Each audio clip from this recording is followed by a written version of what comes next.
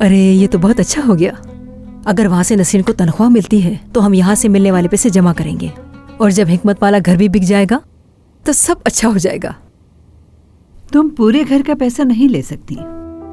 वो क्यों? सौतेले बेटे का हिस्सा भी तो है उसमें। जिम का उस घर पे कोई हक नहीं है मरियम साहिबा, यहाँ तक कि उसके बाप की किसी भी चीज पे उसका हक नहीं है। वो वहाँ रह रहा है, यही गनीमत जाने। वो तुम्हारे शौहर की ही औलाद है फातिमा, इसलिए जब भी वो घर बिकेगा उसे उसका हिस्सा मिलेगा। और हाँ, इस सब में तुम्हारी मर्जी नहीं चलेगी फातिमा, कानून के मुताबिक होगा सब, याद रखो।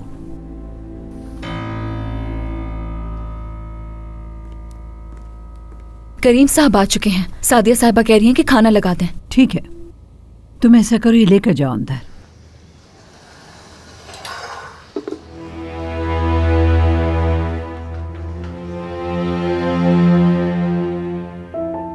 जिम को उस घर से एक फूटी कौड़ी भी नहीं मिलेगी।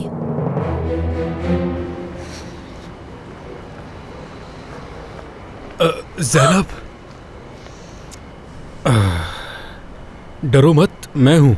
डरा ही दिया तुमने मुझे। यहाँ छुप कर क्यों बैठे हो तुम? हाँ, मैं इंतजार कर रहा था तुम्हारा, बात करनी है मुझे। जिम, मुझे देर हो रही है। कोई बात नहीं, साथ चलते चलते बात कर लेते हैं। चलो आओ। मैं आज जानान साहिबा से मिला, मैंने उनसे नौकरी की बात की। उन्होंने कहा परेशान मत हो, मैं तुम्हारे लिए नौकरी ढूंढ लूंगी। ये तो बहुत अच्छा हुआ जिम, अब तुम्हारे भी अच्छे दिन शुरू होने वाले हैं। क्या अब ज़ैनब तुम मेरे लिए कहीं से थोड़े पैसों का बंदोबस्त कर दोगी?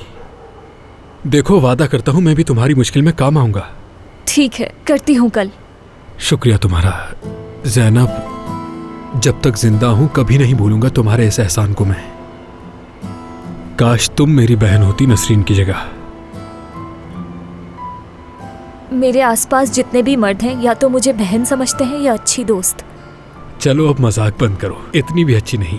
अरे वाकई, मैं पहले पसंद करती थी तुम्हें, लेकिन बाद में फिर मुझे अंदाजा हुआ कि तुम तो मुझे सिर्फ बहन समझते हो। फिर मैंने भी ये सोचना शुरू कर दिया